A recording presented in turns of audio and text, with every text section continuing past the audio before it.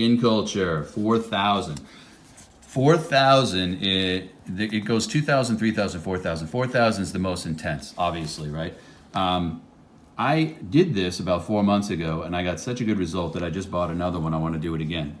Now, I will say right off the bat that I even checked with Skin Culture, and they confirmed that you can use these, you can do these through 2 different peels. You don't have to use all of this for one.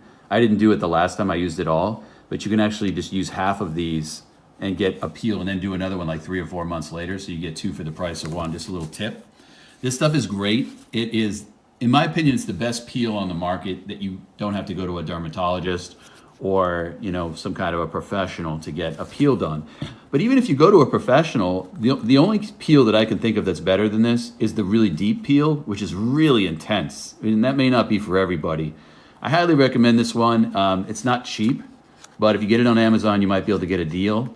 So yeah, I've got to recommend it. It's definitely the best peel I've found.